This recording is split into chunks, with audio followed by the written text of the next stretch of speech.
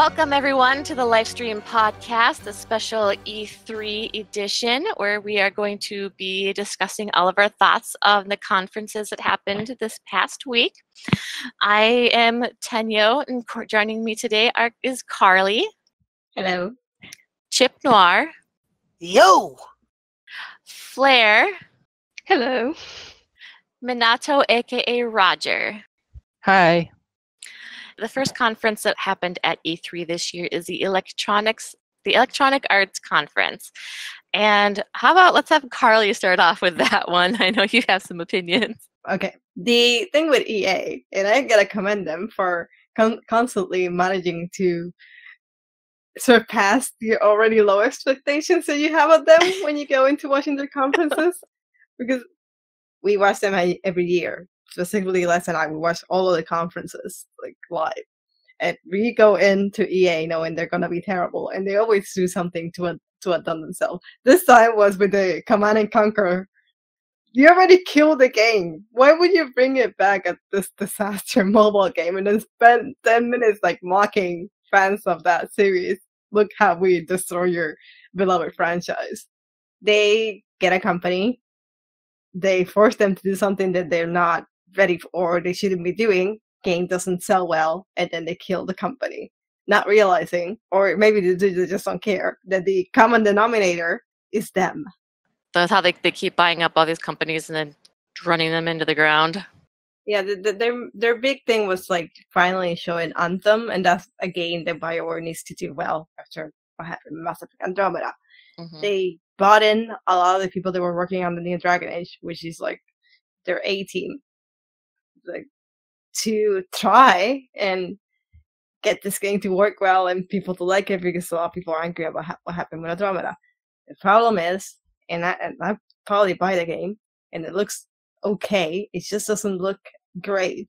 And this game, EA put the Mass Effect series on ice on this new IP.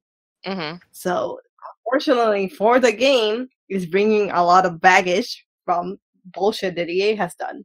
And I don't even see if the game is amazing that it's gonna manage to move past all the drama that the game has nothing to do with the bullshit that happened, but unfortunately this is where we are right now. That's too bad.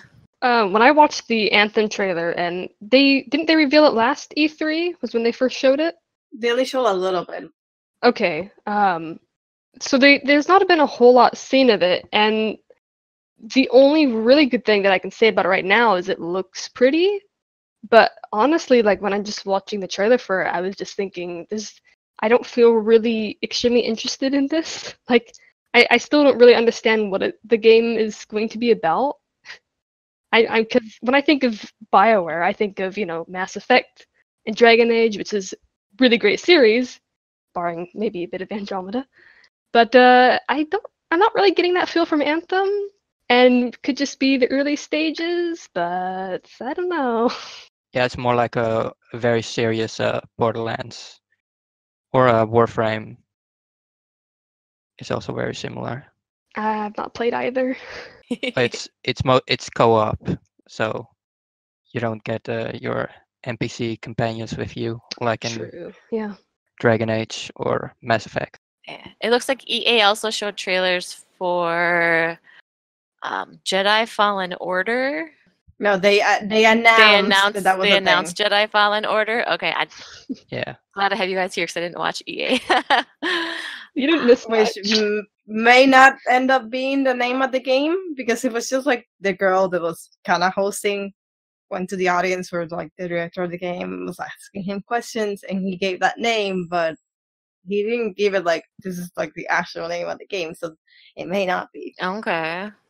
Isn't EA already in a lot of trouble when it comes to the Star Wars IP anyways? What with the whole pay to win crap? The rumor is that Disney might try to get the license for the Star Wars video games out of EA's hands, because they just haven't been successful making Star Wars games outside of BioWare with Knights of the Old Republic. Oh yeah. And getting into a lot of trouble recently with Battlefront 2. Yeah, and because with the way the EA has been acting, who knows how much longer BioWare is going to be even around. They certainly have that track record. Let's see. We also got a FIFA 19 reveal trailer, and they announced Madden NFL 19. Woohoo! Hey, Not that like any of us Tough are really call. into that. To be fair, I do play the sports games. You just shouldn't focus so much on their conferences because the people that really care about them aren't people that are gonna be watching those conferences. Okay, let's see. And there's also NBA Live 19. Plants vs. Zombies Garden Warfare 2 will get free updates. Awesome. Not that I've actually been playing that one, but I've played Plants vs Zombies a few times. It's one of those games that's just never gonna die. well, I've played the first one to shit. I love it, but I haven't played any of the Garden Warfare stuff. But the original Plants and Zombies, I love that game so much. I think I bought it like 3 different times on 3 different, so I could have it on like one on my laptop, one on my PS3, and one on my phone. I'm one of those guys that kind of side-eyes mobile games, like, what are you trying to pull over me? What am I going to pay for this? Once in a while, I'll try them. Literally, I made the mistake of downloading it, thinking I'm going to play it for 5 minutes before bed. Suddenly, 4 o'clock in the morning. Yep. That's definitely what happens. All right, so now we are moving on from. Anyone have anything else to add? Yeah. Anyone have anything else to mention about EA, the EA conference? No, please move on. Yeah, pretty much. EA was shit. We don't want to talk about it. All right. So next up is the Microsoft conference. Best one. I.e. the winner, totally. Yeah. I think had that- quite a bit of fun watching that. I was at work and I was watching most of it because it was so slow. It was a Sunday and it was dead, and I was just like watching it, and it was just like trailer after trailer. So I was totally like, oh, this is a good way to pass the time. They learned from Sony the past few years that you show a lot of games and it works better for you Yes. and less talking. Yeah. And they threw the kitchen sink at Sony because they had everything in the conference and a lot of really good games. And by far they had the best conference out of E3. The last time they had a genuinely good conference was in 2011. Like generally great conference. That's the year that they show like an extended gameplay trailer from Mass Effect 3. And they seem to be going in the right direction. They're investing in like new IPs and all that stuff. And they mentioned like they're obviously working on the new Xbox. The issue is, as all those games that they showed and blah blah blah, you can play it on PC. So that at the end of the day, even though they had the best conference, they still have the problem with, especially with the main competition being Sony, that they don't really have exclusives. Yeah, but I think that'll change in following years now that they have actually acquired Ninja Theory and the other studios. But you can play them on PC. That's the issue here. If most people have a PlayStation, they by far already won this generation. So if you're someone that has a PlayStation and you see all these Xbox games that you may want to play, you have the option of just playing them on PC instead of having to buy another console. And I don't want to shit on Microsoft because I like the Xbox. I don't personally own one, but I like it. But like, given to choose, I'm gonna still choose the PlayStation because they actually have exclusives. Exclusives that are good because it's not just having exclusives. And they're going in the right direction, but they still have a problem because all their games are on PC. I mean, it looks like that, but at the same time, they seem to be doing it on purpose. They said this year that they want all their games available on everything. They're aiming to get all it on to Windows phones. Good luck with that for some games, but it feels like they feel like the money is going to come no matter what, and if the consoles suffer a little bit, they can make up for it with other sales. If I'm making any sense there. I mean, I guess. I mean, you make sense, but their thought process doesn't necessarily make sense. Because I'm just kind of like, what is the incentive to develop the console and future consoles if the money can just come in through like other means? Like they could like, why not save themselves money and just concentrate on making better gaming PCs and just PC games? Because there's going to be people like me that can't afford an $800. They don't make PC consoles. You use like Windows in the that you create, but they don't make PC consoles. So that wouldn't make sense. Well, I'm talking specifically in terms of like them competing against Sony in console sales. It's just not. They're always, at this point, unless, and that's not going to happen. By this point, it's always going to be their exclusive air quotes are going to be on PC. Mm-hmm. I mean, there's buzz that the consoles in general are just going to die off in a generation or two. So No, they keep saying that. They keep saying that, but the issue is, for you to play on PC, you have to like make your own PC, and that's just not feasible for a lot of people. you're telling me I'm still saving up. Yeah, like a nice gaming PC is gonna set you back a lot more than a console will. So in that case, you're always going to have that core demographic like me that rely on consoles for the price point, but it's just sort of second thoughts as opposed to the front seller. It's not just the money either. Like, if you create your own console, you also have to build it, and that's, especially the first time, it's not an easy thing to do. Yeah, for you're talking about Microsoft building the Xbox? No, I mean doing a custom PC. Oh, I get You it. buy the parts, but you have to put them together. It's not only expensive, you have to put it together, and if you're doing that for the first time, it's a nightmare. Okay. So basically we're saying we're not entirely sure what's going on at Microsoft. Let's be fair, they're gonna make a lot of money, but in terms of like being a console war and competing in Sony, in terms of like, they already lost this generation, but going forward, the issue being that to sell consoles, you need to like have an incentive for you to actually buy their console. I'm not gonna lie, if enough of other company games keep going to PC, I might actually end up skipping out on the PlayStation 4 and 5. I like my PS4, so I don't know. Same. I just don't think I could afford like a brand new computer anyway right now. So Yeah, I would have to like wait a little bit before I drop that kind of money. I've got my laptop still working for me, doing what it needs to do. So I'll stick with my PS4. See, moving, we have, and there's a bunch of other games that are shown at like Microsoft, because as you guys said, they basically won the conference. They have so many games that they had.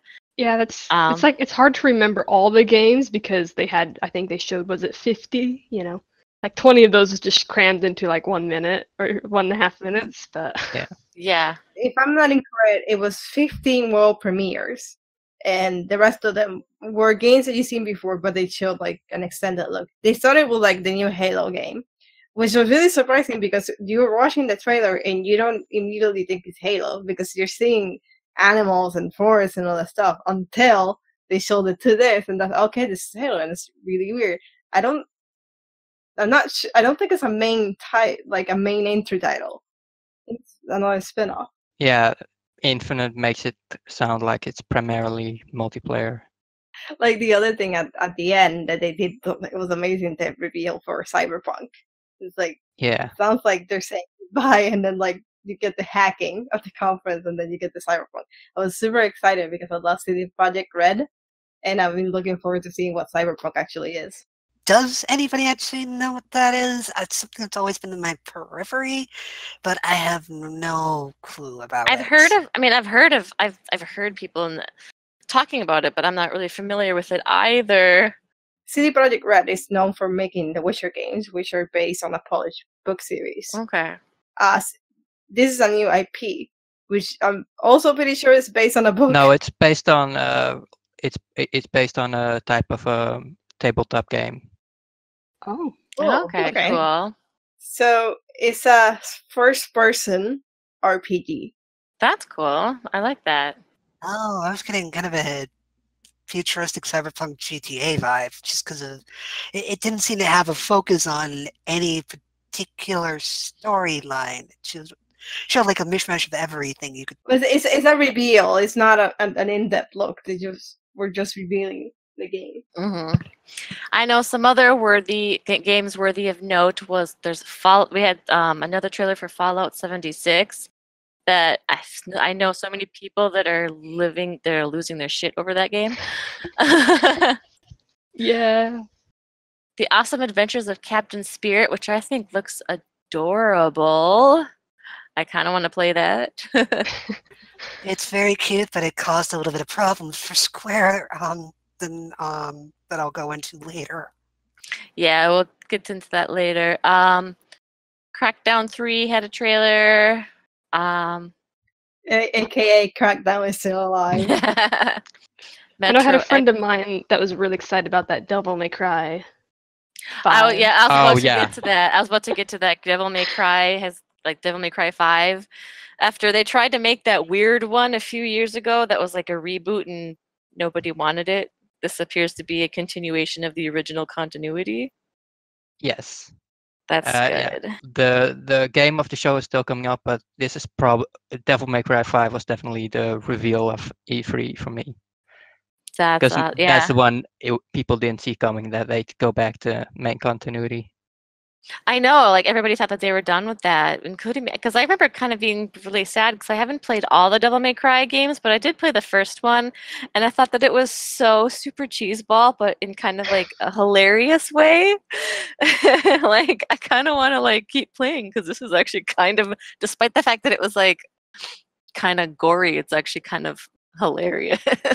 I mean, it has roots in Resident Evil. You kind of have to expect it. All right. I would have to say that the music that they used in all of the trailers that they put on their show was top notch. It was like great use of music during their conference. Oh yeah, Mhm. I was thinking the same. Oh, there's actually one thing. Back to EA, if that's okay. Yeah. One thing that I forgot to mention, that the only thing that actually grabbed my interest from the EA conference was that Sea of Solitude game. Because I think it's an indie title that like a small company or whatever is making it technically. So that was the only thing that I saw that was like, that looks actually interesting. So It's a small German company. They look so excited. They're like, "Oh, we're part of EA." I'm like, sweetie, in a few years you might not have a company. Do you realize what you're supposed to do? Oh, poor You gotta start precious, somewhere. precious babes, little lambs. I'm just kidding. One thing that surprised me was they had a Kingdom Hearts 3 trailer at Microsoft, which I guess Square Enix is not really being exclusive with any of their games anymore. But I didn't really see. I mean, I didn't really see that coming because Kingdom Hearts 3, you usually think that's a PlayStation exclusive. I guess not anymore. Mhm. It's the first of many showings of Kingdom Hearts during E3. Yeah. No, the second, because they already showed that trailer before. They just extended it. yeah, I think there's like just a few like new clips, maybe. It's like okay. Yeah, I guess I wasn't sure because I remember seeing that trailer. I can't remember if I saw the trailer online after the conference was over or if it was before. But Yeah, there were like literally maybe 20 to 30 seconds of new content. It was good new content. The carousel flow motion or ride attraction, whatever they're calling it, that was above what I was expecting, because the other attraction flows, that's what I think it is, were kind of small scale, and suddenly you have this giant carousel. All right, so trying to wrap this up here quick. We see there's Sea of Thieves had a trailer. Forza Horizon 4 announced. Tales of Vesperia Definition Edition. The Division 2. The Division 2 was like the only misstep in that conference. The only misstep. How so? Because they're still doing the like commentary. Oh. That they were the ones that started this with the Division 1. Yeah, gamer speak. It's not a good idea. And BioWare tried to do it with Anthem in the first trailer, and that did like immediately turn me off of it, because you're BioWare. The thing that one of the things that they are most famous for is dialogue and characters and voice acting. So why do you have that? The major thing is, if you notice, a lot of these games that are shooters now have battle royale. It's like the theme, right? I mean, to be fair, it works for the Division. There are dark zones in the first one, kind of had a similar idea, so it worked for them. Okay. So there's also a Shadow of the Tomb Raider trailer. There's a skateboard game called Session that was announced. AKA like not this skateboard 4. And the Black Desert's beta will start in the fall. It's for an MMO. There's That's still existing? Oh, it definitely exists, but now it's coming to Xbox One. now there's also that Jump Force game that I feel like people are kind of obsessing over too. It's going to be like, was it like Naruto and Yeah, all the Shonen Jump heroes. yeah, Naruto and Dragon Ball Goku, and yeah. One Piece. Those were the 3 that were highlighted. But there's a lot more probably. They ended on Death Note, because like Death Note right, too. the less Like, how does that work? at the very end of the trailer, you see Light and Ryuka standing on the rooftop overlooking the chaos. So is this like a fighting game, like a Marvel versus Capcom type of Yes, thing? absolutely. And it's just like all the properties that debuted in Shonen Jump or something? Yeah. Okay. That sounds interesting. But they didn't show Bleach, which used to be like the tentpole next to Naruto and One Piece. Hey, maybe they're saving that one for later. Oh, definitely. I caught a demonstration of it online, and it's half the time the characters aren't even visible on the screen. It's that kind of fighting. Oh, yeah. Well, hopefully this one will be better than that. There's a Dying Light 2 game that was announced. That looks really good. Battletoads. So Woo! I did Nostalgia! not see this one. Is that like the Battletoads, like the cartoon that used to be on TV back in the 90s? It was a notoriously hard video game from like NES era, I think. Yeah. Yeah. Yeah, because I remember Battletoads. I can't remember if I ever played the game as a kid, but I think they had a cartoon about it as well. So when I saw that, I was like, is that the same Battletoads from when I was little? It's one of those nostalgic properties that will just never die because so many people have just lost hours, especially in one particular level that's like notoriously hard. Like the motorboat jet thing. You just can't make that jump. Oh, that's hilarious. Is that going to be an exclusive or is that Just which game? It The says Battletoads? exclusive, so Oh, so it's not going to be on PS4 or anything. I don't think so. Oh, well, let's see. Square Enix announced Just Cause 4, so they had a trailer at the Microsoft conference. Gears 5 announced. That was interesting because they have a female protagonist now. I don't really know what the story is because I never played any of the Gears game. But it was definitely a tone during all the conference that they're focusing more female protagonists. That's good. I'd like to see a few more of those. And looks like the Xbox's, like their next gaming system is, as of right now, called Scarlet. Like the Xbox Project Scarlet. Project Scarlet. Definitely just a working title. Yeah, for the Xbox 420 or something. Because the Xbox One X, it was called Project Scorpio. Yeah, it should have been Scorpio. It's so much better than Xbox One. I'm still bitter. One X, stupid name. I'm just waiting for them to go like Xbox Squared or something. Xbox squared. Xbox E equals MC squared. No. Then there's like a game called Tunic. Oh yeah, the Legend of Zelda Fox Link. I mean, it looks adorable. That when I saw that, I was like, "Oh god, that looks so adorable!" Like I might have to get that game. But it really does give off Legend of Zelda vibes. And then there's some DLC for Cuphead that was announced. I have not played Cuphead yet. I feel like I am very It's excited for that. Super difficult. I feel like I'm missing out on a cultural phenomenon by not playing Cuphead. And You dying a are lot. you are definitely missing out.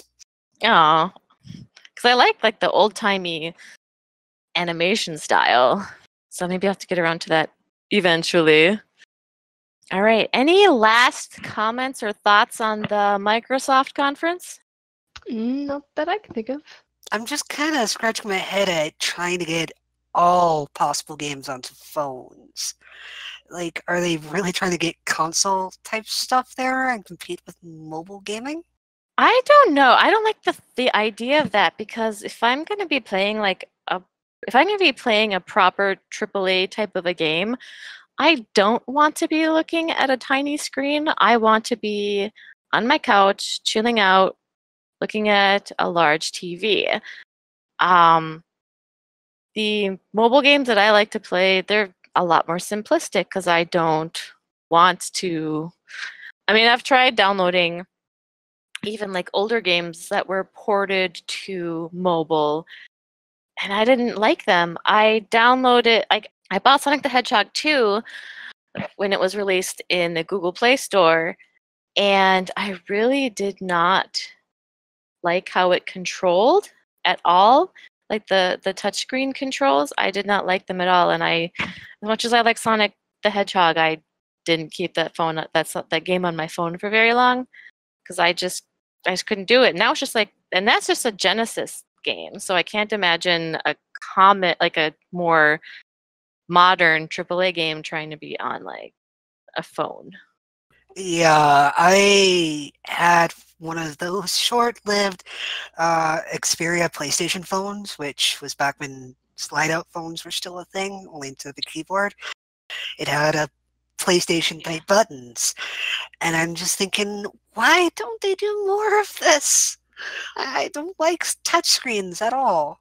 But the only thing I can think that Xbox might be doing is looking at the success that the Switch is having, where you pick up and go, you can go either direction and never have to leave your game.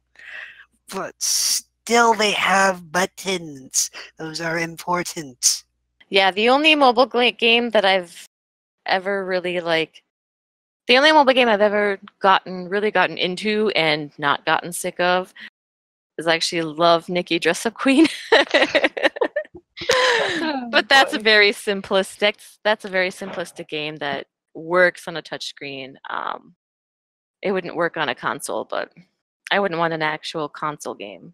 Like you were saying, when I look at mobile games, I'm looking for something usually that's simple. It doesn't have to be like brain dead simple, but I'm not expecting like a Final Fantasy level of game here, and I don't think I'd want to play something like that on my phone because I would much rather have it on my PlayStation or, computer. I've never even bothered to download because they have some of the older Final Fantasy games in like the Play Store and the App Store and stuff. I've never bothered to get them because I would rather play those on a console, even the old school ones from back in the days of the NES. I want to play those on my TV, not my phone. Maybe I'm just getting old. No, I can understand that. On the other hand, you have gamers like me. I put a lot of old games on my old PlayStation phone by various means. And the grinding is really good for killing time when you're on the go. And as long as you have the ability to save whenever you want, that can work. The problem is, if they build these kind of games that way, you're going to end up with Crisis Core Type 0, where it's divided into these derpy little missions, and that does not entertain. I liked Crisis Core, but the missions did get old after a while. I think we're going to move on from Microsoft now. We're moving on to Bethesda. Now, it sounds like you guys are a little Stop for applause. Stop for applause. Yeah. Bethesda, yay! I will admit, with Bethesda, I think I laughed the most, and I got the most excited by the end of this one compared to all of them. And laughed in a good way because I found it entertaining. There was a joke, I think it's connected to this, where whatever that home device for Amazon was. They did a sketch because the joke is that Skyrim is everywhere. Before the conference, Joe and I were joking of like the Skyrim on smartwatch. So they did the sketch with if you ever watch Key and Peele, Keenan Michael Peele, the sketch where like he's playing Skyrim on Amazon Alexa is fucking funny as fuck. It's hilarious. And actually, they did release it on Amazon Alexa. If you have an Alexa, you can play Skyrim on it. That just seems so weird to me. How does that even work? Like, I know I saw parts of that video, but I haven't watched the whole thing. It did seem funny, but that's because I thought that it was satire until I heard that you actually could do it. But are you actually playing the game, or does it just look up cheats for you or strategies? No, you play the game. Huh. I will have to look more into that out of curiosity later. Um, so there's a Rage 2 got a gameplay demo. And an Arcord Andrew WK live song. I haven't heard Andrew WK in a long time. Didn't realize he was still around. Looks like Apparently, neither did most of people in that conference because they look completely confused. Yeah, I also don't think it's his usual crowd, the E3 press. And it looks like there are 2 different Elder Scrolls games. There's Legends, which is it's a kind of strategy card game. But then there's Elder Scrolls 6 in pre-production, so I guess they're no longer going to milk the Skyrim teat. Oh my gosh, I was so that's the thing that got me the most excited was when they finally had that, because the whole conference I was like, please, I'll just go 6, please, please, and nothing, and then towards the very end, and it would seem like it's over, and then finally, the guy was talking about like, oh, whatever he said, like, I guess we got one more or something, and I was like, oh my god, I was just like so excited. Elder Scrolls, Elder Scrolls, Elder Scrolls. And then all it was like, I don't know, it's like a 30-second teaser trailer. That just kind of shows like a vast landscape and then the title, but that's all I had to see, because now I know that they finally are moving on or starting to move on. Yeah, it's like, thank God. Because it looks like it's still in pre-production, and it might be like a next-gen game, like for the PS5, Xbox Scarlet, whatever it's going to be. They explicitly said they're next generation games. Okay. But it gives you hope, though, that they're finally gonna, Skyrim was great, but now it's time to move on. At this point, is there anything they can do that mods haven't already done? So many mods for Skyrim. I don't know. Oh, actually, there's a third Elder Scrolls game, Blades, which is a mobile game. Yeah. And VR. Yeah, of course. Yay. So, I mean, to be fair, it actually doesn't look bad. But when I first saw it, I was like, really? Like, it looks pretty bad. You have to the combat is literally swiping right on every opponent. Yeah. But I was more or less like thinking of the graphics, like for a phone game. I thought it looked like decent graphics, but it's not something that I'm planning on playing, even though it's free, I think. Mobile gaming is to gaming companies as Facebook is to people. You don't really want it. Nobody wants it, but people look at you funny if you don't have them. That's not really true for a lot of people. Like casuals that play games on mobile, they know what they're doing. Yeah, I have to admit, I used to think that I would not be someone who gave into mobile games until I found one that I became obsessed with, and Carly and Flair saw me playing it in Seattle and Vancouver. I'll be honest, I almost thought of getting it too. But then I was like, no. You should. I know Amy said she was thinking about getting it too. Love Nikki Dress Up Queen. I can guarantee you that I did not find that interesting. Sorry. Oh, look at Carly, too cool for the rest of us. I'm this close to getting Opera Omnia, so even I'm sort of succumbing to the power of mobile. It will spread like a plague upon the planet. I know. I thought I was immune. Like if I ever found a mobile game, it would entertain me for a month, and then I would delete it. But this one's been on my phone for like 5 months now, and I play it every day. So like the major thing with them announcing Elder Scrolls 6 and Starlight was the first time we get an announcement for games in the next generation. Mm-hmm. Yeah, that's interesting. And because because I know Sony said that the PS5 was at least 3 years away. Yeah, they did say that. Yeah, and I wouldn't expect the Elder Scrolls 6 to come out before then anyway. So yeah, I'm very curious about that Starfield, though. I've heard other things that news article might have been a little misrepresented. It's more like an open window than we won't do it before then. Well, if at the conference they said it was a next gen game. I meant when the next gen is coming for Sony. Oh. Well, I hope they don't do it yet. I'm not done. I'm not ready to move on from my PS4. I still have They're not going to. I still have PS3 But games I need to play. they're still making an insane amount of money for the PS4. Mhm. They're like, because of the way this generation turned out, that Microsoft is going to release their console first, so they get a bit of a head start and make more money at least at first, and it works well. They will make enough money that Sony wouldn't be able to catch them in console sales. Sony is not going to be in a hurry to release a new console when the one they have right now is making a lot of money. Yeah. Which I'm kind of glad about because, like you said, I've only had my PS4 for like I think just maybe a couple years, or not even quite a couple years. I'm like, I don't want a new one to come out yet. Yeah, I bought my PS4 for Uncharted 4. I actually got the special Uncharted 4 edition of the PS4. So it's Yeah, me blue and too. there's a blue and there's a picture of Nathan Drake on it. So that was 2 years. I've had my PS4 for 2 years and I'm not ready to let this thing go yet. Yeah, but here's the thing, guys. You came into this generation a couple of years ago, but the generation started in 2013. Meanwhile, I still don't have a PS4. I want the next gen, so the PS4 will drop in price again. That's why I wait. I can't buy a game system when it first comes out. That's why I waited a few years for the PS4 because like I got on a Black Friday deal and it was like, okay, I can finally afford this because it was under $200, I think. So it's like, yeah, I'm going for this now.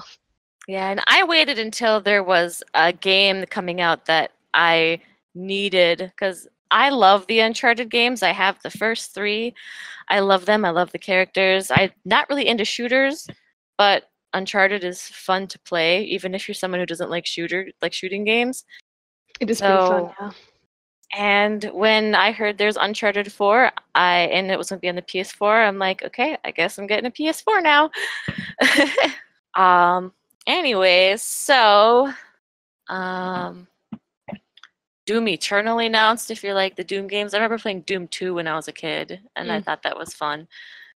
Kind of freaky at times, but I'm probably a bit too of a chicken to play those games, but I have watched people play them before, and I know that some people are excited about it.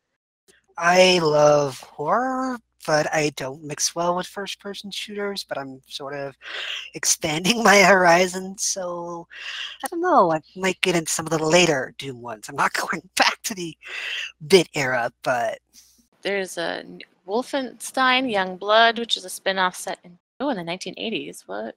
Awesome. And another game that's gonna have female protagonists. Yes. Twins. Awesome. Quake Champions. Quake Champions is, while we're recording this, is still in a free beta. But by the time this will be uploaded, I will be over. Like, there's only a few days left, I think. I've played it, and I mean, I haven't been on the losing side yet. It's every battle I've played is completely unbalanced. We all have 15 plus kills. The other side is like maybe 6 at most.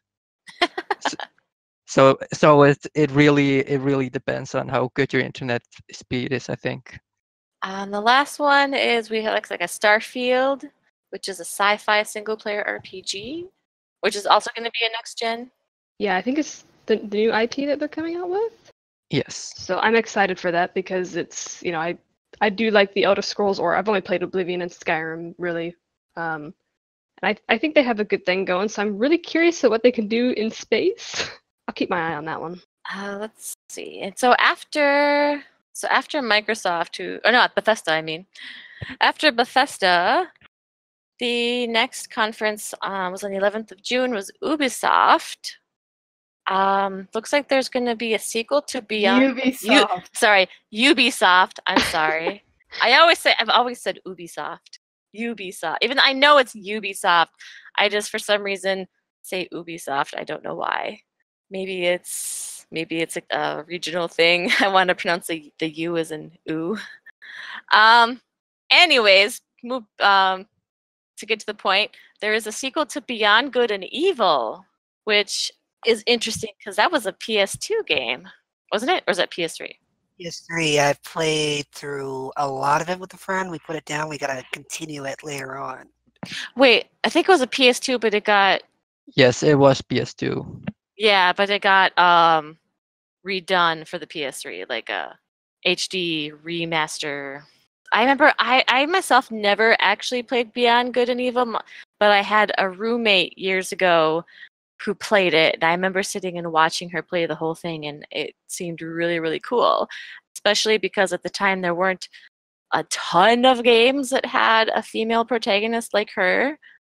And I just thought it seemed really awesome, and she like went around trying to take pictures and to overthrow the bad guys, and I thought it seemed like a really cool game. I can't remember much about it. There have been rumors for years that they were gonna do a sequel, but obviously nothing ever came of it. They did like the reveal last year, and like everyone was excited. There's a bit of confusion because it was said it was a prequel, like before Jade was born. Okay. But like at the end of the trailer that they showed this year, the characters in the ship that know Jade later, comes a girl inside the ship that looks like Jade and say, "Oh, it's a Jade." So is it a prequel or is it not? Could cut back and forth. Like the pig is like the co-star of the first game. So like it's definitely not before Jade was born. Wasn't the pig her uncle or something? Yes. Or she referred to him as her uncle? Yeah. They may not be blood related. No. But the protagonist this time around is the chick with the afro that I said looks like Domino and Deadpool 2. Okay, very cool. It's a big compliment because I love Domino in Deadpool 2. So I'm pretty excited for that. I might have to go get the original one and go through it again to refresh myself on the story and actually experience the gameplay instead of just watching someone else do it. There's a Just Dance 2019. Yeah, get hyped for that. Oh god, the intro. The Division 2 had a new trailer. Trials Rising was announced. It's a game. It has motorcycles and you do a lot of tricks. Trials Fusion is free on PS Plus. You can try it. It's super fun. Okay, Trials Fusion. Is it kind of like a modern Excite Bike? I just dated myself. Excite Bike. Oh my god, I played that Dude. game. Yeah, I loved Excite Bike when I was a kid. All right. Mario plus Rabbids Kingdom Battle Donkey Kong Adventure. What is that game? Is it like the Raving Rabbids type thing? Mario and Rabbids was a tactical RPG where you give Mario characters guns because craziness. And it's just a game I've kind of side-eyed, like, what even are you? But apparently it's really fun. I've never heard of this. That's weird. All right. Yeah, the Rabbids are like iconic characters from Rayman. That's interesting. I somehow missed that one. Especially if it's Mario, you'd think they would have heard of it because Mario is everywhere. But you learn something new every day. It's definitely more that Mario's gone on loan for Ubisoft for this. Like you won't hear it about this from Nintendo themselves. Literally, you have to have at least one Rabbid character in your party at any time. They're making it their game. Oh my god! That kind of makes me want to try to play it. So Skull and Bones got a new trailer. Anything to say about that? It looks interesting. I mean, I didn't really pay too much attention to Ubisoft. I mean, it's, I think the Beyond Good and Evil was the only thing that struck me as, well, this looks pretty cool. I've never played the original, but I think the other stuff during that conference, I was just like, yeah, okay. Skulls and Bones is another ship combat co-op game. There's a new Assassin's Creed game. Nobody saw that coming, right? No, not at all. They're not gonna milk that franchise to death, are they? To be fair, this one actually looks interesting, and also you can play as a female and like romance all the females, so that immediately gets me on board. That's good. I know I kind of lost interest in Assassin's Creed back when all that drama went down where they basically kicked the guy who created the series out. The last one I played was 3. At that point, I was fed up with the series. They gave up in trying to tell a story. So I was done with it. This one, outside of obviously getting to play as a female and romancing females, they seem to be heading in the right direction. They're putting a lot of more RPG stuff. Like, there's a lot of more importance in developing your weapons and like skills and all that type of stuff. Okay. I'm kind of curious what era of Greek history this is actually going to be a part of, given I haven't seen this trailer. Well, isn't it supposed to be ancient Greece and they're going to have the Greek gods and... I don't think they'll be Greek gods, but like this is a Sparta. Yeah, there won't be Greek gods because that's because of Assassin's Creed. There won't be actual gods, but it'll be the time of the Greek gods or people believed in them. So when the Greeks dominated as opposed to when they're before the Roman Empire steps in and destroys it, essentially. Yeah. Yeah, because, I mean, that's the whole thing about Assassin's Creed is that all the stuff that we know about real religion is not what you think. But I think it's like after, it's not like a Battle of Troy era where the gods literally fought alongside the humans. Okay. It's more in actual history. So the notable thing here is this takes place a couple of 100 years before the previous Assassin's Creed Origins. And Assassin's Creed Origins was the beginning of the Assassin Order. And this takes place a couple of 100 years before that, so there are no assassins in this game.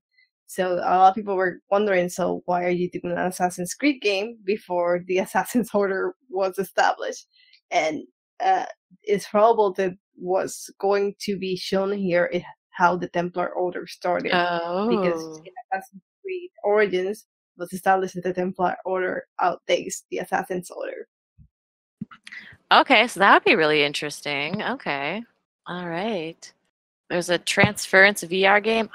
Don't really have a VR, but it seemed cool. I did try one once. Carly and Flair were there. Oh, I was like, wait, this sounds familiar. Yeah. Yeah. I have played a couple of VR games on the PS4 because my parents have a VR headset for it and everything, and I'm definitely really into it. Do you play Monster of the Deep? No, I have not. No. I actually did. There was the games I played was like a trailer for that mouse game with the little mouse, and then it was just like an underwater simulator thing. So I'm a big fan of VR stuff. I think, I would love to get in more of that. That being said, I don't think I actually paid attention to this Transference trailer. So All right, looks like there's a trailer for a game called The Crew 2. And For Honor is getting an update. New PvP mode, awesome. All right, any last thoughts on the Ubisoft showcase? Their conference were fairly decent. Just decent, that's it. Yeah, they didn't do anything outstanding, but they also didn't do anything terrible as EA and another conference that we shall talk about later. All right. I'm just wondering if there's going to be another Assassin's Festival for Assassin's Creed Odyssey and Final Fantasy 15. And see Noctis be a dork again. All right, so we're moving on from Ubisoft to the PlayStation. This is actually where the PC gaming show is next. Oh, PC gaming show's next. All right, sorry. So actually, we're moving on from. We skipped Devolver Digital. No, but nobody watched that. Nobody watched that. Nobody here watched Devolver Digital. what's that? What even is Devolver Digital? It's like an indie company that makes really nice games that people will buy on Steam in the summer sale and say nice things about, but never think about again. All right, I guess that covers that. More power to you, Devolver Digital. All right, so moving on from that and Ubisoft, the PC gaming show. So what were you guys' thoughts on the PC gaming show? It was better than the last years that they've done it. Here's the thing with them. They have the games to genuinely make an interesting conference because it's a PC gaming show. There's a bunch of games on PC, but they had never managed to structure their conference as a generally interesting event. Mm-hmm. But this year they had a couple of really good games. The one that really interested me was NeoCab, Yeah. which is so fascinating that I really want to play it when it comes out. I did not watch it, but I did catch some trailers after the fact, and Maneater looks like exactly the kind of game you want to watch a Let's Play of, but never buy for yourself. The other interesting game was the Rapture game. It's fucking hilarious. I did see part of that. I mean, with Steam dominating the way it does and just the huge glut of indie developers, I don't know why they would ever have a PC segment. The news will travel so fast if anything comes out at all. And there's just so much to pick from. It's an opportunity for like the PC gaming show had like really young people come on stage to show their games. Like it's Oh my the God, only that kid that made that video game look 15. yeah, seriously, and like it says so like CEO, and you look like 15. Wow. Like that's the only opportunity where these people can like show their trailers. So That's pretty cool. So it kind of gives the little guy a place to be heard. And none of us heard. They showed gameplay for Overkill's The Walking Dead game. It looks decent. The issue being that the only generally good Walking Dead game that has come out was Telltale Season 1. Just Season 1 because Season 2 wasn't good. Season 3 was super boring, and now they're doing the final season with Clementine again, which hopefully will be good. is Clementine not in the TV show? No, this is like the Telltale's The Walking Dead takes place in the comic book universe, and most of the characters are created exclusively for the games. They don't belong to. They're not characters from the comics. Some of them have shown up. Glenn was in the first episode of season 1. Michonne had a spin-off, not Michonne from the TV series, Michonne from the comic books. Mm-hmm. Herschel showed up also in season 1. Any other games worthy of note from the PC gaming show? Hitman 2 got a new trailer. Like they're an independent IP again. They're not owned by Square Enix anymore? Now Warner Bros is publishing their new game. Okay. They announced a little while ago that they're just done with Hitman. They don't want to do anything else with it. Yeah, and the creator left and was allowed to take the IP with him. Okay, because I know that there was a lot going on. People were upset that Square Enix at the last moment was releasing it in installments instead of just the full episodic game. form. Yeah, which people had already pre-ordered the game. That's kind of a shitty thing to do, and they've already said it's already in pre-order. But there's another cab-based 2D indie game besides NeoCab that also looks interesting, but I can't remember what it's called now. No, it's like because it was shown after NeoCab, and it's like, oh, it's another cab game. Just already found one that is interesting. So largely unmemorable on the whole. Yeah, I think Nikon is its name. So moving on from the PC game show, we'll do Sony next. Sony, the most pretentious show I have ever seen. I thought that Sony was. I thought it was interesting. Whether or not it worked out well is up for interpretation, but I kind of appreciate the fact that they try new things. I did think it was cool that they had everyone in that weird building that looked like a church, but then to find out that it was actually like the building from the Last of Us trailer, which the Last of Us trailer seemed really cool. It's just, as a whole, the whole setting it up, the musical numbers, we want to go deeper into the games. It just, no. There's no cult of personality about you guys. Just don't. They had live band last year too. That worked. Starting with The Last of Us and the church and all that stuff, that was great too. There's two problems with the way that they did it that ended up the conference being kind of a mess. One, they started talking, explaining what they were going to do, which was unnecessary because they already released a blog post a month ago explaining they were going to try a few things different this year and they were going to like experiment and all that stuff. Talking wasn't necessary. You already figured out 2 years ago that less talking in your conference is better. They should have just started off with the guy, the composer for The Last of Us, with the banjo playing the song. Yeah. Outside of the talking, started with the banjo playing the song. That was great because you don't realize that this is just a setup for you to see the exact same thing in the video game, which worked great. The other problem is after the trailer's over, that's 12 minutes, and I'm gonna delve into because The Last of Us is the one that I really care about. Those 12 minutes were great, fantastic. But then the trailer's over, and we move essentially to a pre-show. And that basically any momentum that you had coming from The Last of Us, you lost completely. Yeah, that was the one gripe I had, that it felt very disjointed because the way that they set up and showed the Last of Us trailer, I thought that was a great way to start their conference, but they should have gone just straight into the next trailer instead of, oh, now we're going to sit here and talk while everybody moves from one room to the other room. It's like, no, just keep going. You started the ball rolling. Go. The problem is that the rest of the conference wasn't in this like space that has something to do with the video game that they show, and the rest of the conference was in this like the big room. Mm-hmm. It just didn't fit. Like the first part with The Last of Us didn't fit the rest of it.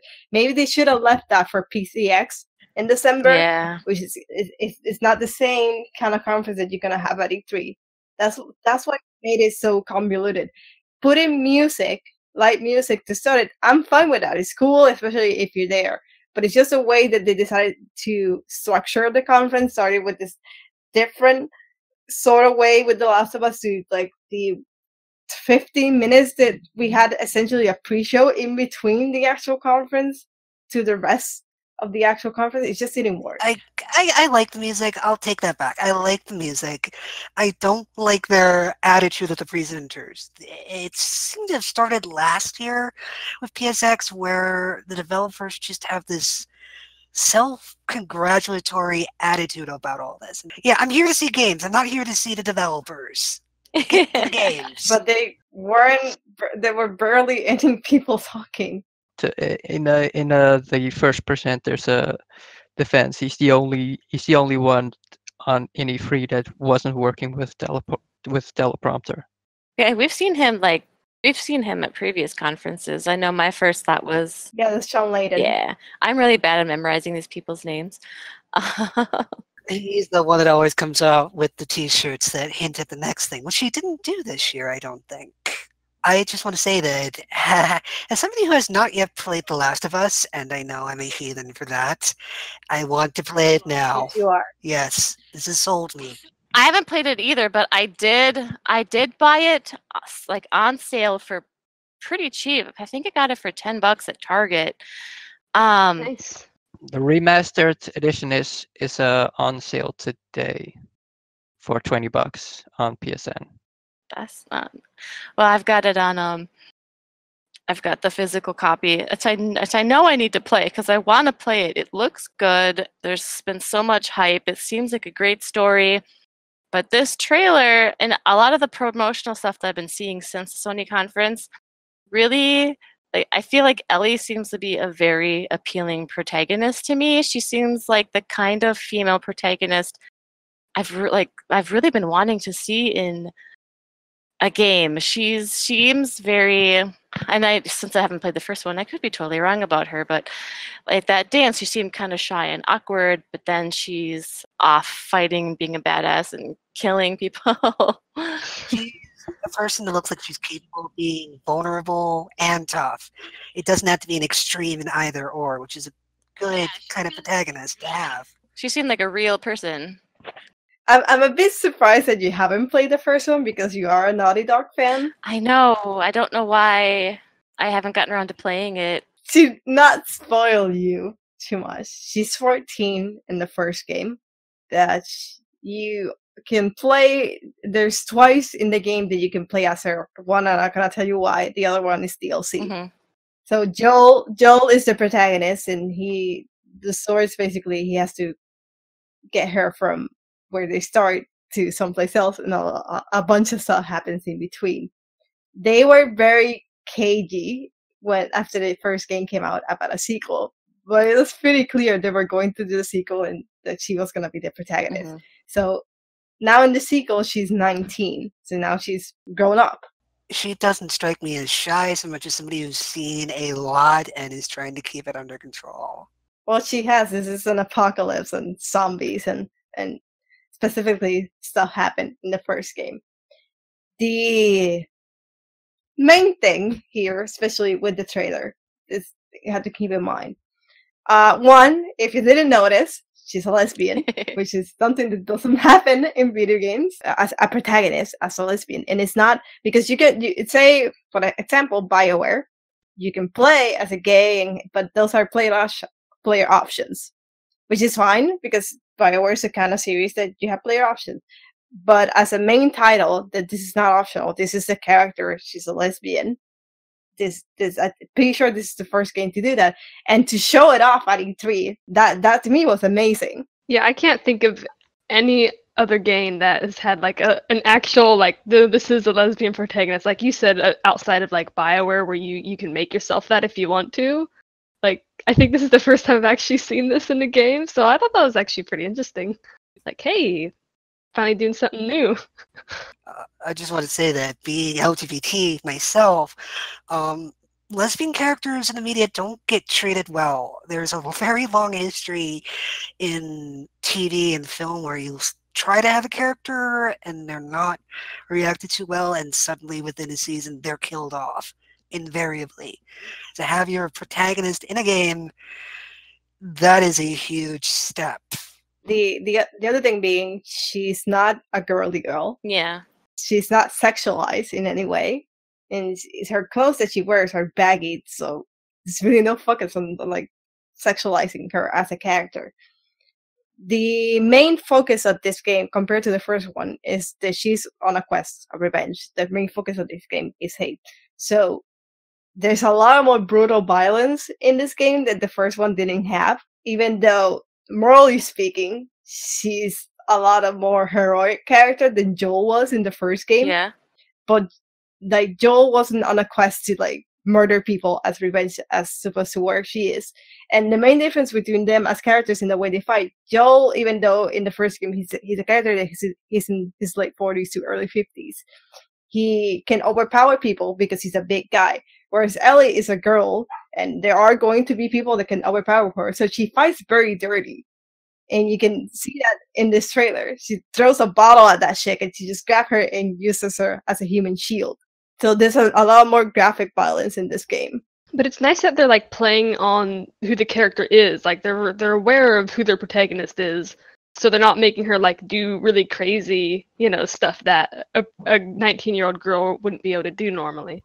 Yeah, the thing that really stuck out to me in the gameplay was the amount of damage that she can take and how it's shown visually. She has that arrow stuck in her shoulder for like 45 seconds, almost a minute, during continuous gameplay, and you can register the pain on her face in up close shots, and that's real time. But this is a thing that Naughty Dog is known for, because they use motion capture, and they put attention to a lot of detail. But the extent that we see now with this game, what you see with the mooks, like when they get hit or they know there's something or they're about to die, like the last one that she kills with that machete, when like you can see like the arrows that she throws, like where they hit, arrows falling. When she lands the final one that he goes down, he's praying because he knows he's about to die. There's an amazing amount of detail in this game now. Just the amount of time that it requires, especially since they're doing motion capture, is just incredible to me. Not just the characters work, but also the environment. I don't play a whole lot of games, I admit, but it blew my mind that they were able to pull off glass shattering, glass reflections on that kind of level in real time as well. It felt real. And that's the first time the game has made me feel that in a long time.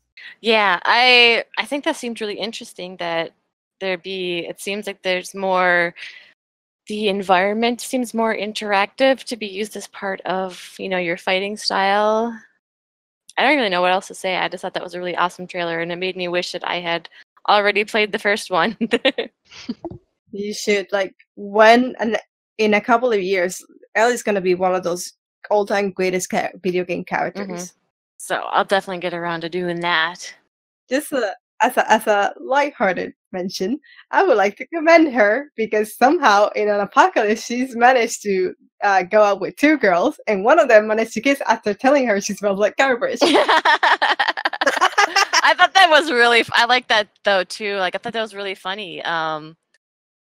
It seemed like a very organic interaction that they had. It didn't seem.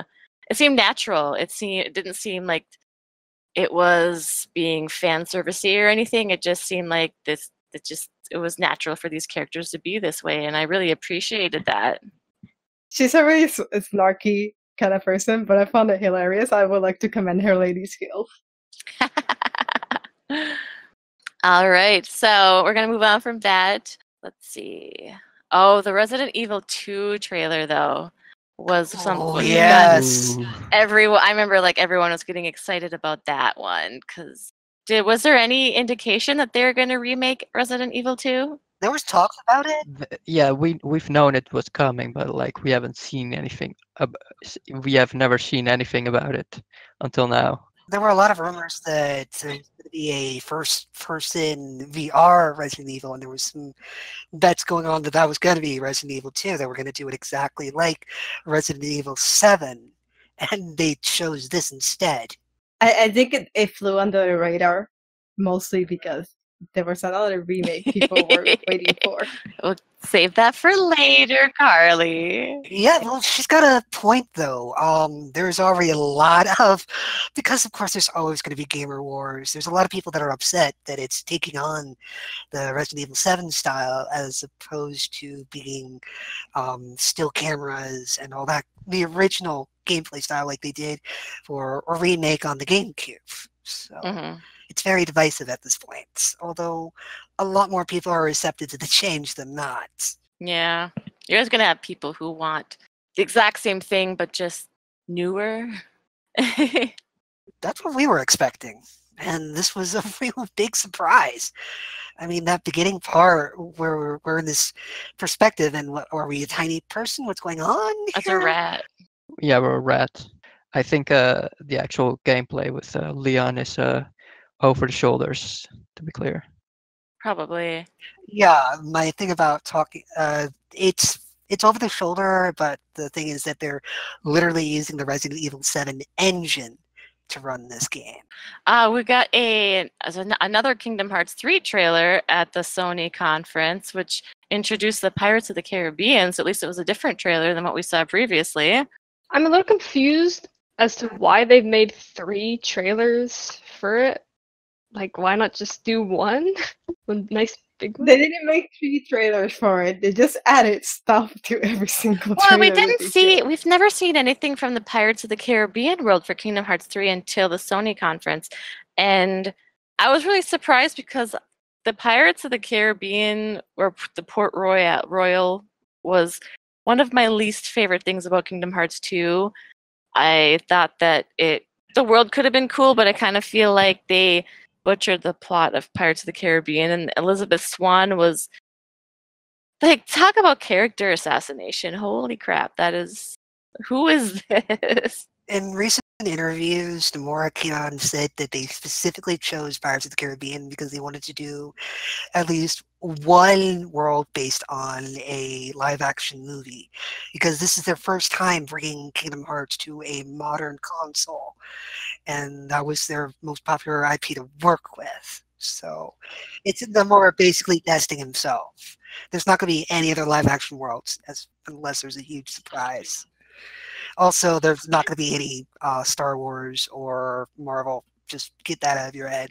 I never anticipated. No, I was do thinking that. of like they had like a Tron on the 3DS Dream Drop Distance, and they had all kinds of live action actors in that one. There's the thing that really struck me and came home with this trailer is this is the first time it feels like we're literally in the movies. There are shot-for-shot scenes from Tangled, from Frozen, from Pirates of the Caribbean that you could line up almost perfectly with the movies, as opposed to being, walking through an empty set or theme park ride.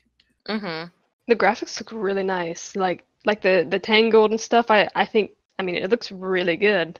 So I am excited for the game. It's finally coming out because I've played several games in this series, so I'm kind of a fan of it. I haven't played all the games in it, and I don't intend to because there's just a little bit too many that probably don't have too big of an impact. Well, if you get the Kingdom Hearts special PS4 that they advertised right after, you had them all installed right there. It looks pretty fancy, but I've already got a PS4, unfortunately. If I come into a windfall, that'll be my PS4. You can just buy 2.5. You can just buy 2.5, 2.8. They have everything in a bundle that you can buy now, which is pretty nice. There'll be a new bundle by the time you at Kingdom Hearts 3. So don't bother with this one. Oh, okay. I'll just wait. The surprising thing with the trailer that they showed at Sony was it wasn't really that they showed Pirates of the Caribbean again. It's that it's gonna have ship battles, and they look really good. Was there ever any word that they picked up the Kingdom shader again? Because when they switched over, they talked about not using it anymore. And I'm just looking at the Pirates sequences like, this looks like it's from a completely different game. The lighting, the aesthetics, everything looks more realistic for that particular world. You mean the Unreal Engine? No, the Kingdom shader was something they talked about early on that was supposed to help the characters blend in with each individual world, and that immediately came to mind, but there was talks that they stopped using it when they moved to Unreal. We'll have to look into that. Find out, talk about it on a future podcast. So yeah, I thought that the graphics for Pirates of the Caribbean looked really cool, and it was kind of nice to see something new that wasn't just a rehash of Microsoft. So moving on from Kingdom Hearts 3, there was that really, really weird Trover Saves the Universe with the guy in the bathtub. I'm pretty sure that's just aimed at, like, kids or something. It's like, Maybe. buy this on PSN for $5 to shut your brats up on PR. It seemed really weird. I did not know what the point of that was.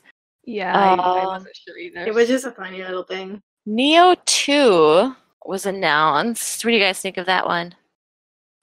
I've never played the first one, but I was watching.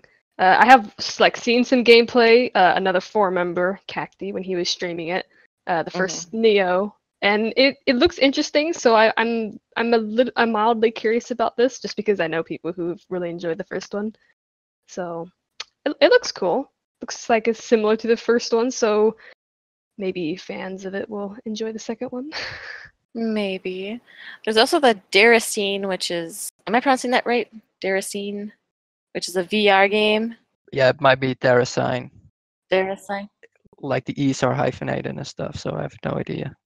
It looks like it feels like Amnesia only played in the daylight, because it has this really peaceful feel, but at the same time, ancient-looking place, abandoned hallways, slightly creepy, and children are always scary. I got more of the impression that it was like, I don't know, it seemed more lighthearted, but there could be some weird stuff in it. Who knows? I'll have to watch for that one a little bit more because it did seem really interesting. All right, moving on. 2 more big ones to talk about. We skipped. There's a Ghost of Tsushima. Oh, that looks so good. Yeah, it looks very pretty. That did look like I was really kind of blown away by the way that looked and the graphics and. I have been a Bushido Blade fan since I was 11 years old. It's an old PS1 era IP set. It's like a samurai war set in modern time. Okay. Bushido. And it was interesting because it had one-strike kills. It was like a real swordplay. You get the right hit, the enemy is dead or you're dead. And I have always wanted to see a fighting game that brings that kind of Bushido principle back, and this looks pretty close to that kind of feel. This isn't just mashing X to win. There's actual draws and parries and locking swords, timing the fastest hit wins. I'm very curious about that one. I'm really impressed. I'm really impressed by seeing companies that, like Gorillas, that make Killzone, make a game like Horizon. Now with Insomniac, made Infamous. Now they're making Ghost of Tsushima. Seeing companies experiment, it's really good. I hope more keep doing it. Isn't that it's being made by Sucker Punch, isn't it? What did I say? Yeah, you're thinking of one of the big games I'll save for last. All right, let's see. There's a Destiny 2 had a new story trailer, which I haven't played. I played a little bit of like the first Destiny, but I haven't played any Destiny 2. But apparently, there was like a major character that featured in it. Yeah, the trailer is like picking up a dead body of one of the actual recognizable characters and dragging him off, but like he's a robot, so maybe he's not dead. I have no context except the constant spinning just gave me motion sickness. Oh, how about that that game called Control by Oh, Remedy? I wanted to talk about that so badly. I almost skipped that one. Let's talk about that. That seemed really interesting. I've said before, I am not at the PS4 yet. One of the reasons is kind of PS4, new details, better fidelity, but nothing really game-changing as far as I've seen. This is game-changing. This is the kind of playing around with what a physics engine can do. This is probably going to be a console seller for me. What do the rest of you think about that game? It looks very unique and different from. I mean, like the protagonist looks like she's wielding a gun or something, but at the same time, there's all of this weird, like Chip was saying, all like the weird motion going on and like throwing people around and with, I don't know, like using the force or whatever the heck. It's unique, and that's one thing that always catches my eye because you see a lot of really similar games, like a lot of shooters. You see a lot of dystopian games. That kind of seems to be the big thing lately. Is like apocalyptic shooters and stuff. And yeah, there's so many apocalyptic shooters at so this E3. many. You really have to count them. It's actually ridiculous. Yeah. I haven't had an interest because everything kind of looks the same, and here's something different. Yeah. Give it to me. Exactly. So this looks different, and I'm a big fan of stuff that looks different because it's like, oh hey, this person's like stepping outside of the theme that's in right now, and they're trying something new, and that always catches my eye. So I'm definitely. It looks like it could be pretty fun to play. 2 more games to talk about. I don't think I missed anything else. So the Insomniac Spider-Man game, I'm super hyped for. You've been waiting to talk about this like the whole time, haven't you? Yeah. Never would have guessed. I thought it looked really awesome. I wish that it was September so I could. No, I both do and do wish it was September because I want to play this game, but at the same time, I wish the game was out right now. I just want it right now. This is one of those games that makes me feel like an old man because it's a little bit of sensory overload for what I'm used to. It looks amazing, but a little too much chaotic detail in the backgrounds for my tastes. Well, I know what we saw in this particular trailer is just one mission. It's actually an open world game. Yeah, because this is just one mission that's part of the main story, but it's an open world game where you're swinging around New York, and everything that I've seen about this game previously, it's gonna be massive, like an absolutely massive open world in this game with tons of side quests to do. And I know I'm super excited because it actually features 2 characters that have never appeared outside of the comic books before, Mr. Negative and Yuri Watanabe, who is the Wraith. Spoilers, I don't know if I'm not sure if they're actually going to cover that in the game or not. They've not touched on it in the trailers. But Yuri, the detective the woman that appeared in the trailer with him, she is also a superhero known as the Wraith. Like I said, so far there has not been any mention of whether or not she will actually don her suit and be the Wraith, or if she's just going to be a normal cop the whole time. I'm not sure. I have a very weird relationship with Spider-Man. I grew up with these characters because of the weird animating program for kids, which you made your own comics. So I've always had these comic book characters in the periphery of my mind, but I've only just gotten into comic books. So this is going to be an interesting kind of crash course for me. Yeah, and I think that they said that the game is going to explain who the characters are and their history. So for people who haven't read the comics and don't know who they are, because I know a lot of people don't know who Mr. Negative is, and so they're sitting there wondering, who is this villain and why is he featured so prominently? But he hasn't.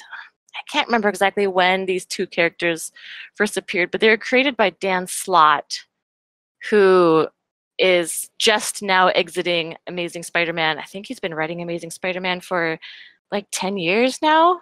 Something like that. He's been really long time. Yeah, he's on his way out the door now. He's going to go write other things. I think he's going to write like Iron Man. But these two characters were created by Dan Slott, so they haven't been around for like a long time, but I think they've sometime within the past decade, the past 10 years, they were introduced, and I really liked them. I especially really like Yuri, because she's appeared a few times in other stories throughout Spider-Man as well. I think the last time she appeared was during the Superior Spider-Man arc. Do we know who's voicing Spider-Man this time out of the many? Yuri Rosenthal. So his name is Yuri, but then he's talking to a woman named Yuri. And I really like the voice that he's doing. I think that his voice is perfect. It's a lot more low-key than other Spider-Man renditions. I noticed that. It's a little less snippy, for lack of a better word. Well, I think that he sounds a little bit closer maybe to Christopher Daniel Barnes, who was the Fox Kids 90s Spider-Man that I loved when I was younger. Yeah, that's what I'm thinking of. He's not Drake Bell for sure. Which is probably a good thing. Not that Drake Bell did a terrible job, but I'm sure that I'm the only one who could go on for just about Spider-Man forever. So the big one I was saving, because this is probably the one that has the most people that are curious about it, is we got a new trailer for Death Stranding that still doesn't quite tell us what it's about, but gives us a little bit more detail. Have you guys gotten the pun yet? The pun? What? He's a delivery man. Because he has a baby in his esophagus. I'll admit, like I watched that trailer and I was so fascinated, and yet I came away like pretty much everyone else thinking I still don't know what the hell this is really about. As far as I can tell, it's about monsters that are invisible, sent to you by your breath, rapidly increased time, can kill pretty much anybody, absorb them and use them as appendages spiritually. And if certain people are killed, they can return, but the entire area they return to blows up. Kojima! Yeah, something like that.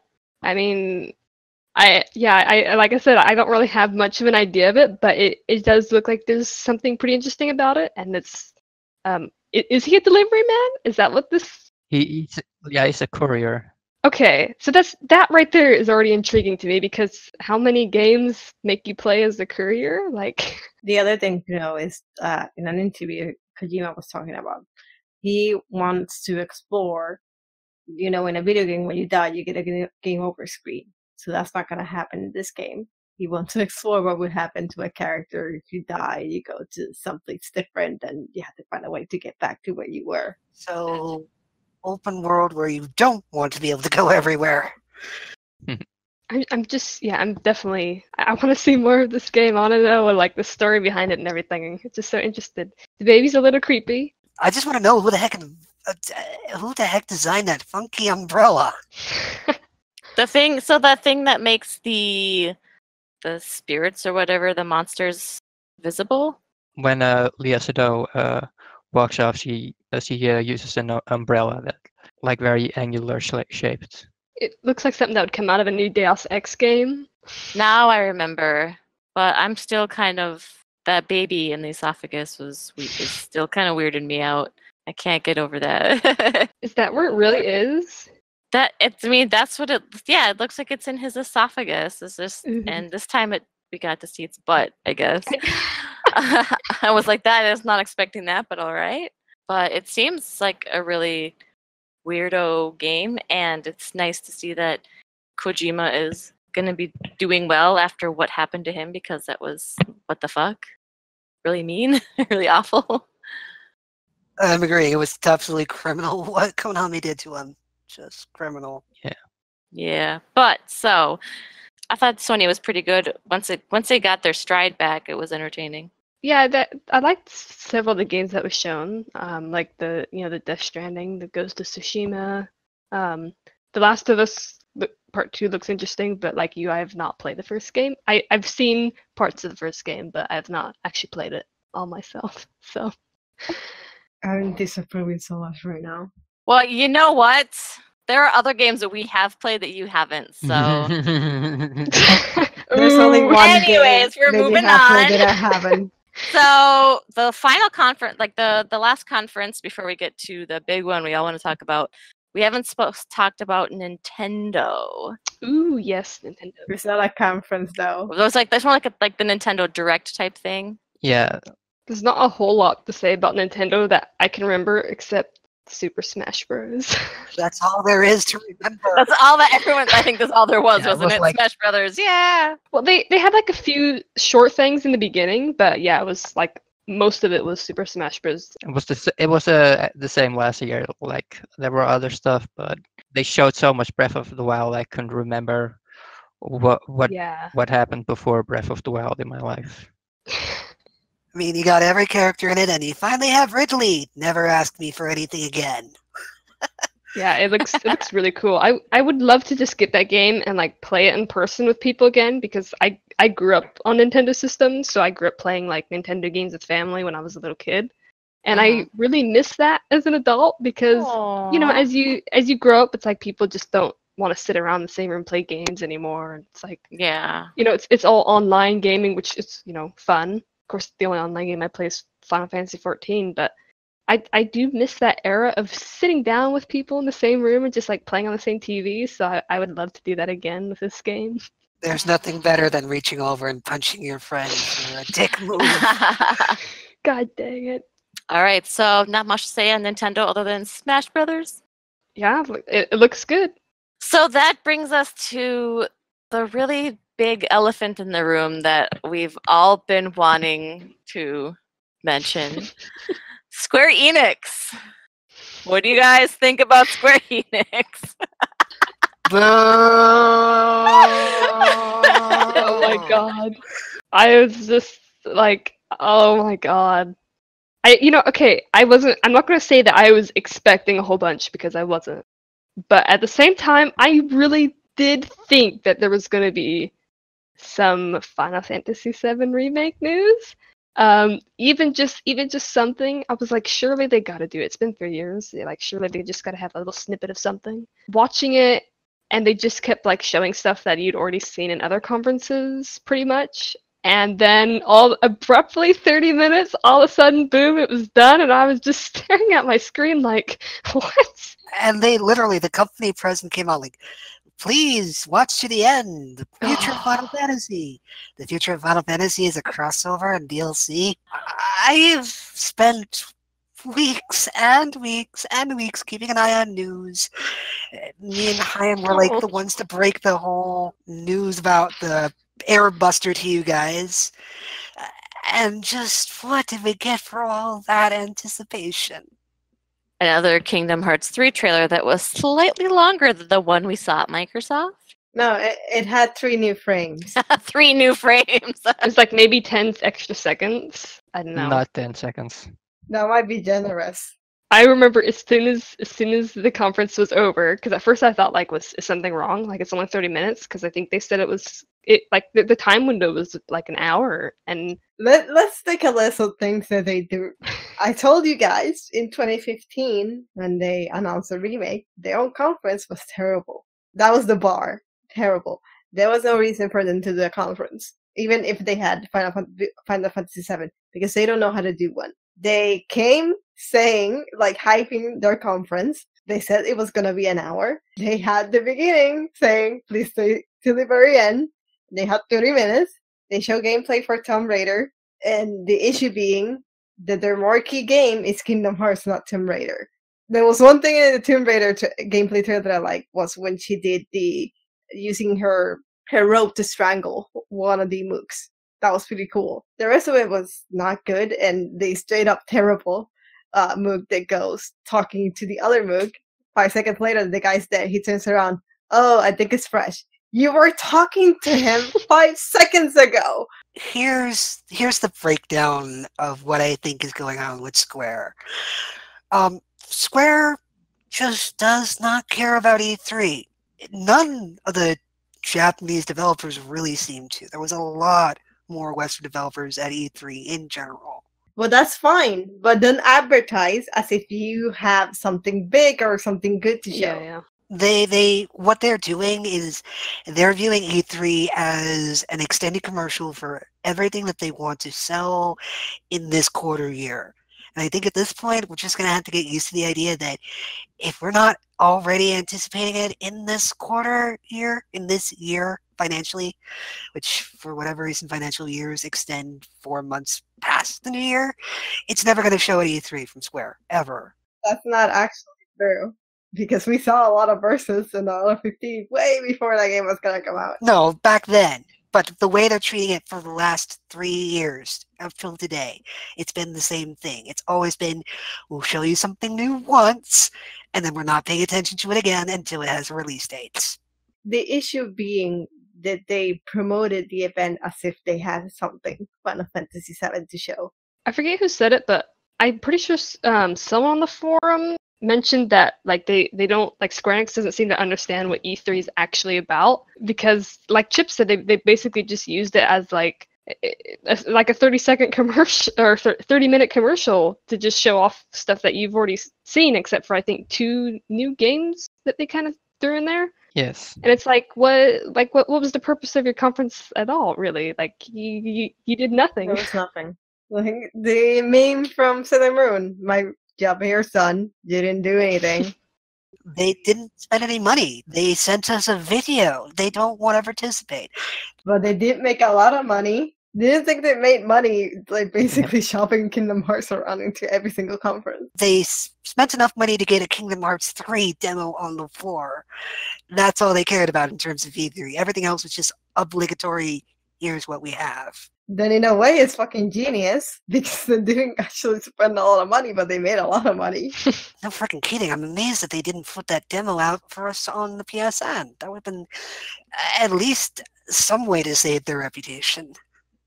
I just got turned into a mod on the Final Fantasy VII Remake Reddit.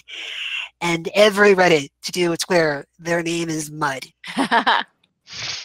I know. I scrolled through a couple of the subreddits on Reddit, and I was like, people are flipping their shit. To me, it's like they thought, okay, the memes making fun of us seem to be a little bit old, so let's like give them new ones. We need to keep it fresh. We need to keep the meme game strong. They're not going to do anything if they don't see any immediate financial gain for it. Because if I'm not mistaken, the Farewells Gallery, that was something you had to pay to get into. Am I wrong? And if so, they were happy to show hidden concept art of the new Cloud to paying customers, not us.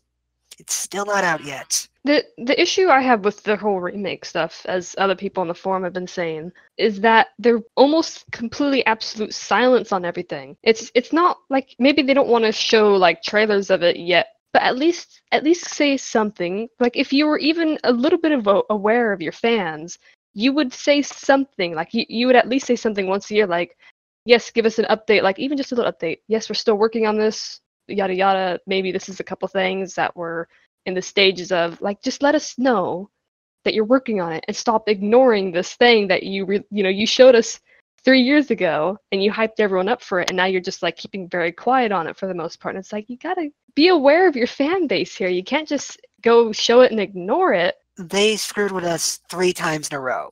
Okay, the Square Enix, nothing. Okay, fine. We'll wait a couple hours. It'll be at Sony. They hyped us up. Nothing at Sony. Then right after Sony, they have a list of everything that they're going to show for the rest of the week.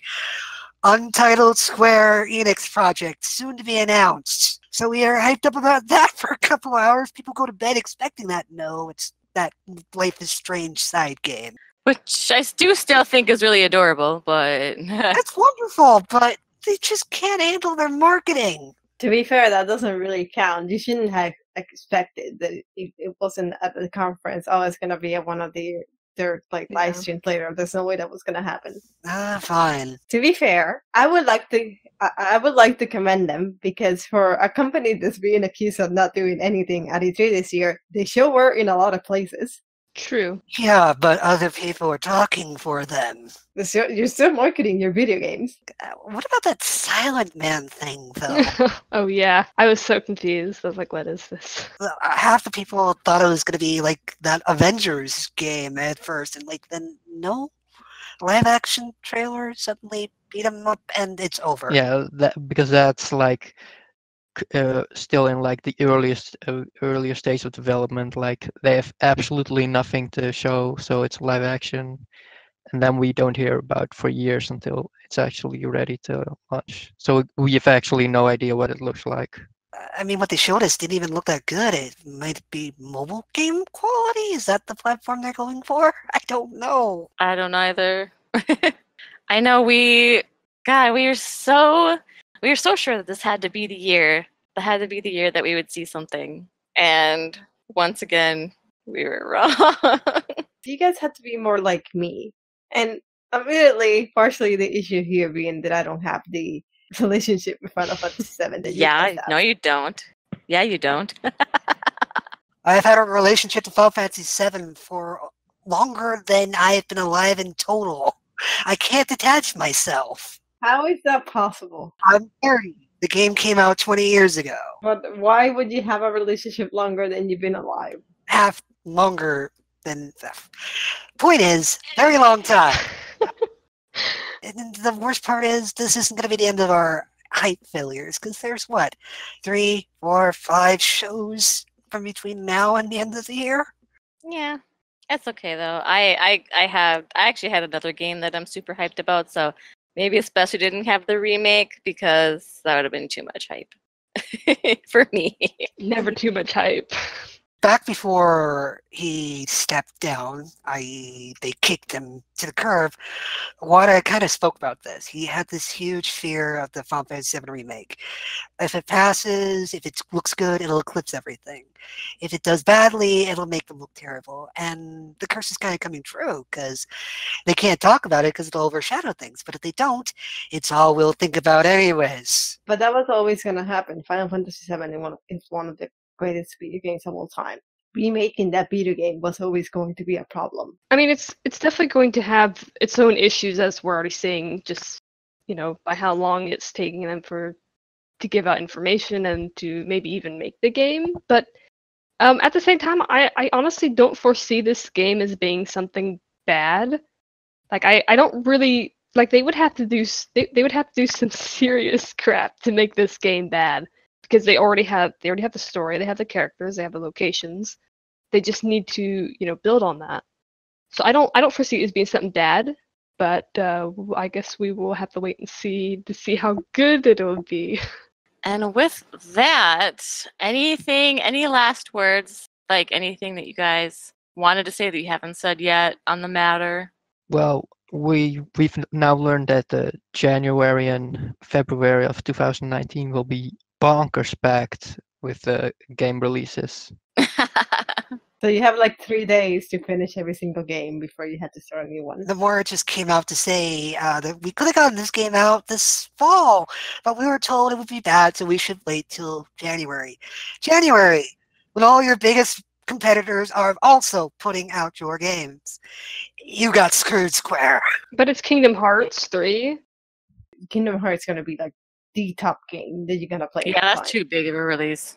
I don't think I have anything else to mention. I mean, I did enjoy watching the conferences in general, most of them. The Square Enix and EA games, but yeah, it was kind of enjoyable. Like I think I enjoyed the Microsoft one the most, just because it was like trailer after trailer after trailer, and that was just a lot of fun to see. But yeah, it was a decent year for E3. I think this E3 is just kind of permanently lowered my expectations for all E3s.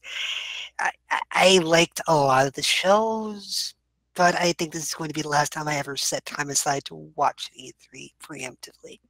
Well, I kind of enjoy just watching this stuff with all of my TLS peeps. That's what I enjoy. It brings us all together. The togetherness, the camaraderie, the family bonding. It's a tradition, at least for me and Lex. We sit and we watch all the conference together, and it's always funny because we laugh and we make fun of stuff, we get angry at stuff, and then the next day you're like lost because you don't know what to do because you just spent the previous day like just watching all this stuff. There were 4 good to great or okay conference, and there were 2 that are so far behind that they shouldn't even be counted. And so with that, I think that's probably all we've got to say for our special post E3 podcast. Any final thoughts on SE? No? Yes? Do better next year, Square Enix? I mean, if they're not going to have anything really new to talk to show, then why have a conference, really? Yeah, all their trailers are shown at other conferences anyways. What was the point? Invest in some Western marketing advisement. You need it. You do not know what you're doing. All right, so I think that wraps it up for our special post E3 podcast. We will be resuming our regular podcast within the next few weeks. So everyone, thank you for listening, and take care, and always protect the crystals.